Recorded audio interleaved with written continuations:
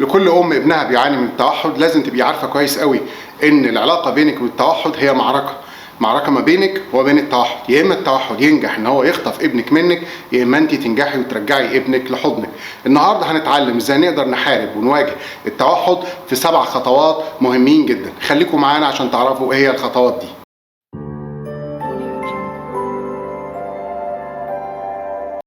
لازم كل ام تبقى عارفه كويس قوي ان هي اكتر واحده في الدنيا دي كلها هي تقدر تساعد ابنها، تقدر تغير ابنها، تقدر تغير من الوضع اللي ابنها موجود فيه. وكل ام تمتلك الامكانيات والقدره انها تقدر تعمل ده، ولكن لازم حد يعلمها ازاي تقدر تعمل ده وازاي تقدر تنجح انها تغير ابنها للافضل والاحسن.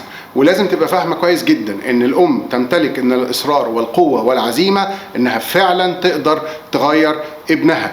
مهما كان ابنك عمره قد ايه، مهما كان الوضع عامل ازاي، صدقيني انت تقدري تغيري ابنك لو عرفتي تتعاملي معاه بشكل صحيح وقدرتي تفهمي التوحد ده بيعمل ايه في ابنك وازاي هتقدري تتصرفي معاه.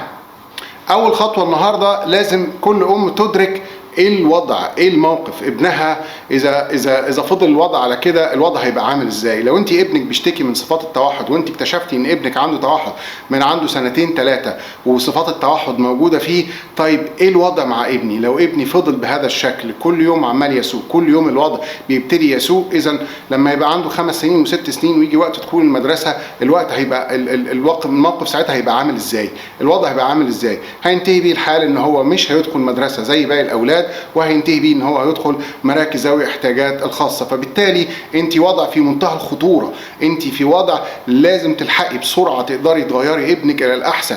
وكل ما هنبتدي بدري كل ما النتائج هتبقى اسرع وهتبقى احسن. فانت لازم اوعي تسكتي على ابنك ان هو عنده صفات توحد، اوعي تسكتي ان انت مجرد وديتيه المكان يروح حتى يتدرب فيه وانت في البيت سايباه يعمل اللي هو عاوزه، سايباه يتصرف تصرفات التوحد دي وانت عماله تتفرجي عليه والوضع يسوء يوم عن يوم، او على الاقل يفضل ثابت زي ما هو وينتهي بيه الحال ان وقت دخول المدرسه ابنك ما دخلش المدرسه مع الاولاد. فاول خطوه لازم نبقى فاهمينها كويس قوي، لازم تبقي مدركه عواقب الامور. ابني بعد 4-5 سنين هيبقى مكانه فين؟ ولو ادركتي فعلا ان المشاكل اللي ابنك هيقابلها لما هيكبر ده هيديكي دافع قوي جدا ان انت لازم تبتدي من دلوقتي تبتدي تحاولي وتغيري ابنك وتحاربي التوحد، ويكون هدفك الاول ابني لازم يبقى زي الاولاد الطبيعيين، يتكلم زينا ويتصرف زينا ويتعامل زينا. تاني خطوة لازم تبقي فاهمة كويس جدا امتى هتبتدي تشتغلي مع ابنك. يعني امهات كتيرة جدا بتجيلي وبتابعها كويس، ابنها ملاحظه انه مختلف، خاصه لو عنده اخوات وعارفه الاولاد بيتطوروا ازاي. الولد عنده سنه وابتدت تظهر عليه اعراض وهي تقول لا لا لا ابني هيبقى كويس، نستنى شويه الوضع ما بيتحسنش، بقى عنده 2 سنين، بقى عنده 3، بقى عنده 4 وهي ساكته ما بتعملش حاجه، او ودته المكان يبتدي يدربه وشايفه ان ابنها ما بيتحسنش وهي ساكته. كل ما تعرفي ان ابنك عنده مشكله بدري، كل ما تاخدي القرار ان انت لازم هتبتدي تدخلي في تدريب ابنك، كل ما الولد هيتحسن اسرع واسرع واسرع. خليكوا دايما فاكرين التوحد ده عامل زي الشجره، كل ما بيتساب في الارض اكتر كل ما الجذور بتبقى اقوى وبيمسك في الارض اقوى، بيبقى صعب ان انت تغيريه. كل ما نبتدي بدري بتبقى سهل ان انت تغيري ابنك. فرجاء كل ام تبتدي تلاحظ ان ابنها ابتدت تظهر فيه صفات التوحد من سن بدري، من المهم جدا ان انت لازم تبتدي باسرع وقت ممكن ان انت تدربي ابنك بنفسك وتتعلمي ازاي تشتغلي معاه عشان في الاخر تقدري تغيريه بسرعه. ان انت كل ما تغيري ابنك بسرعه كل ما المسافه ما بينه وبين الاولاد الطبيعيين هتبتدي تقل، فتقدري توصليه لمرحله انه يتصرف ويتعامل ويتكلم زي الاولاد الطبيعيين. خطوه رقم 3 لازم يبقى عندك ايمان ان انت تقدري تغيري ابنك. وصدقيني انت فعلا تقدري تغيري ابنك. انا اغلب شغلي اللي انا بشتغله بعلم الامهات ازاي تشتغل مع اولادها التوحد، وصدقيني يعني لم افشل مع اي ام مهما كان مستواها. الام هي افضل من يدرب طفلها على الاطلاق، لان انت اللي بتقعدي معاه الوقت كله، انت قاعده معاه من الصبح لغايه بالليل. مين هيقعد مع ابنك الوقت ده كله؟ لازم تغيري نظام حياه ابنك، لازم تستعيني عيني بالمبدا ان حياه ابني لازم تتغير. مش هسيب ابني الوقت ده كله، انت قاعده معاه في اليوم 7-8 ساعات على الاقل، لازم ال7-8 ساعات دول لازم نستغلهم، ولازم تغيري ابنك فيهم وتحطي اهداف. لا انا هغير ابني، مش هسيبه، مش هتفرج عليه، مش هسيب ابني بيبعد عني وانا قاعده اتفرج عليه. فانت اول حاجه لازم تبتدي تعمليها ان انت تحطي هدف ان انا لازم اغير ابنك. وصدقوني مفيش ام اشتغلت معاها وعلمتها ازاي تشتغل مع ابنها الا لما نجحت انها تغير ابنها.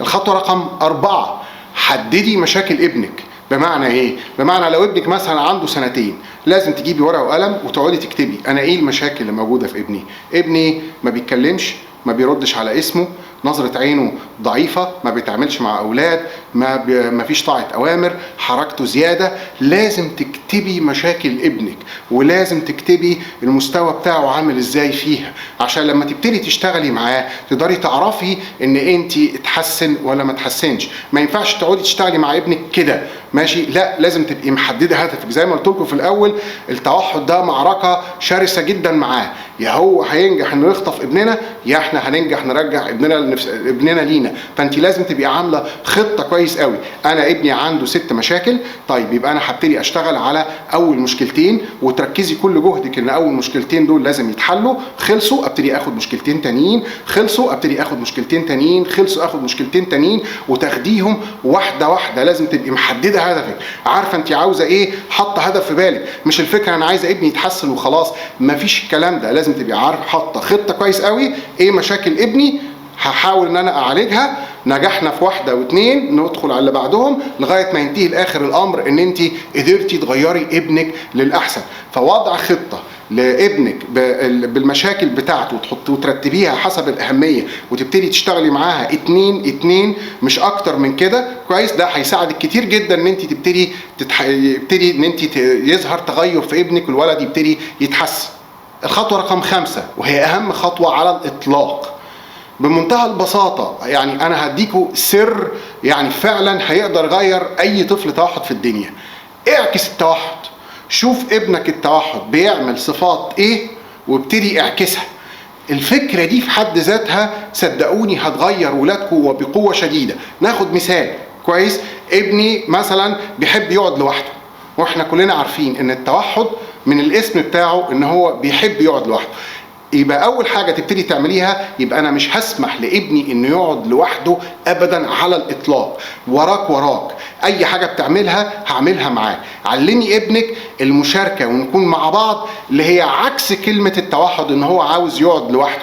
انت عكستي اللي هو بيعمله. هو بيعمل ايه؟ عاوز يقعد لوحده؟ لا مش هتقعد لوحدك، انا هفضل قاعده معاك، وكل حاجه بتعملها هشترك فيها حتى لو هو مش موافق. ابنك ما بيردش على اسمه، ما تسكتيش، اعكسيها. لا مش هسيبك ترد على اسمي، ولازم هتبتدي ترد على اسمك، وما تسمحلوش ان هو يرد على اسمه وتبتدي تزعلي منه جامد جدا. مش هسمح لك تمشي في سكه التوحد. ابنك حركته زياده، خلاص عكسها ايه؟ ان هو يبتدي يقعد ويهدى. يبقى هنبتدي نعمل تدريب الجلوس للولد، وان هو لازم يبتدي يقعد، ولازم يبتدي يلتزم بالقعاد، وازود مده القعاد لغايه ما يتعود ان هو يقعد ويهدى وحركته تبتدي تقل. الفكره اعكس التوحد، شوف التوحد رايح فين، انت امشي العكس الناحيه الثانيه. ابنك ما بيتكلمش وبيستخدم البكا او بيستخدم ان هو يسحب ايدك عشان يجيب الحاجه، اعكسي الكلام ده. انا مش هتعامل بالاسلوب دوت. انت طالما بتبكي يبقى انا مش هنفذ لك طلبك. انت بتسحب ايدي عشان انفذ لك طلبك، يبقى انا مش هنفذ لك طلبك. انا عاوزه منك الصوت ده، انا عاوزه منك الكلمه دي. هتبتدي تضغطي عليه، ما تسيبوش يمشي في سكه التوحد وانت واقفه بتتفرجي عليه. اعكسي اللي هو بيعمله، واي حاجه بيعملها اعكسيها للعكس. ما بتتكلمش، لا هتتكلم. بتسحب ايدي، لا مش هتسحب ايدي. هتعيط، العياط مش هجيب نتيجه. وخليكم دايما فاكرين ان لو فضل سكه العياط عمره ما هيفكر في سكه الكلام. لازم نقفل سكه البكا عشان نبتدي سكه الكلام. دايما افتكروها، اعكس اللي التوحد بيعمله ودايما تصر عليه. ابنك ما بيعملش نظره عين، ما تسمحلوش ان هو يبعد عينه عنك. لما اكلمك لازم تبصلي وتمسك وشه وتوجهه ناحيتك. لما اكلمك بصلي، عكس اللي هو بيعمله، وخليكي مصر على اللي انت بتعمليه.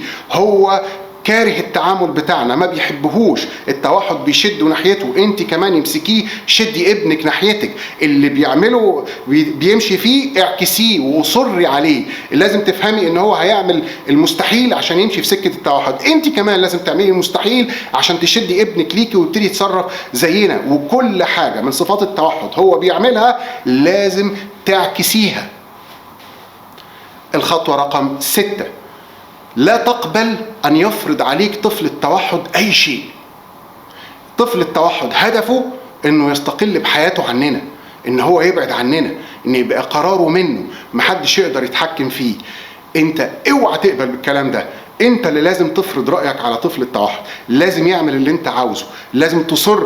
اوعي طفل التوحد ينجح ان هو يفرض عليكي حاجه، مش عشان بيعيط هعمل لك اللي انت عاوزه، مش عشان بترمي نفسك في الارض هعمل لك اللي انت عاوزه، لا، انا هعمل اللي ماما عاوزاه، واللي ماما عاوزاه هو اللي هيبتدي يتم. ولازم يبقى فاهم كويس قوي ان ماما ما عندهاش الا حاجتين، يا مكافاه على اللي انت هتعمل حاجه وهتنفذها هديك مكافاه، مش هتنفذ المطلوب هحرمك من الحاجات اللي انت بتحبها. وده مبدئك في الحياه، دايما خلوا فاكر الجمله دي، الله يكرمكم، دايما خليكوا فاكرينها. طفل التوحد ايه اللي هيبقى في بالك؟ انت هتتكلم زينا وهتتصرف زينا وهتتعامل زينا شئت ام ابيت. دي القاعده اللي انت لازم تبقى حطاها، انت القائد، انت المسيطر، انت صاحبه القرار. مش هسيب ابني يمشي في سكه التوحد. الخطوه رقم 7، مشكلة بقابلها كتير جدا في الأمهات، إن هي مجرد ما ابنها يتحسن بتبقى، وده بيبقى من أول شهر بيبتدي يتحسن، بتبقى سعيدة وفرحانة وخلاص، وتبتدي تديله الحرية مرة تانية. خليك فاكر لما طفل التوحد يجد الحرية هيجري يعمل اللي هو بيحبه، وهو بيحب صفات التوحد، بيعشق صفات التوحد، لو سبته هيجري ليها. فانت مش معنى ان ابنك اتحسن خلاص الحمد لله ابني اتحسن ونكتفي بهذا القدر، احنا كنا فين وبقينا فين. اوعي تعملي كده. الهدف اللي لازم يبقى في بالك واوعي تنسيه ابدا، انا ابني لازم اوصل معاه لنتيجه 100%. 20% ما تنفعش، 30% ما تنفعش، 60% ما تنفعش، 90% ما تنفعش. لازم توصلي لابنك يبقى زيه زي الطفل الطبيعي. لازم يبقى عندك طموح، لازم يبقى عندك اصرار ان ابنك لازم يخرج من التوحد ولازم يبقى زيه زي الاولاد الطبيعيين. صدقيني انت تقدري. كل الامهات اللي بشتغل معاهم اغلبهم بينجح، واغلبهم بيقدر يوصل للي احنا عاوزينه بالاصرار، بالعزيمه، بالجهد، بالتعب. سنه كامله هتتعبي فيها، اوعدك ان ابنك هيخرج من التوحد لو انت عاوزه كده، لو انت قدرتي تحاربي التوحد، لو انت ما سبتيش التوحد ياخد ابنك ويبعده عنك. انت اللي لازم تبقي صاحبه القرار، انت اللي لازم تبقي القويه، انت لازم تحددي مصير ابنك بنفسك. دول ال7 خطوات اللي انا بنصح بيهم كل ام انها عشان تبتدي تشتغل مع طفلها التوحد. يا رب تكون عجبتكم. ما تنسوش نعمل سبسكرايب للقناه بتاعتنا، واستنونا في حلقه جديده من كلامي اونلاين.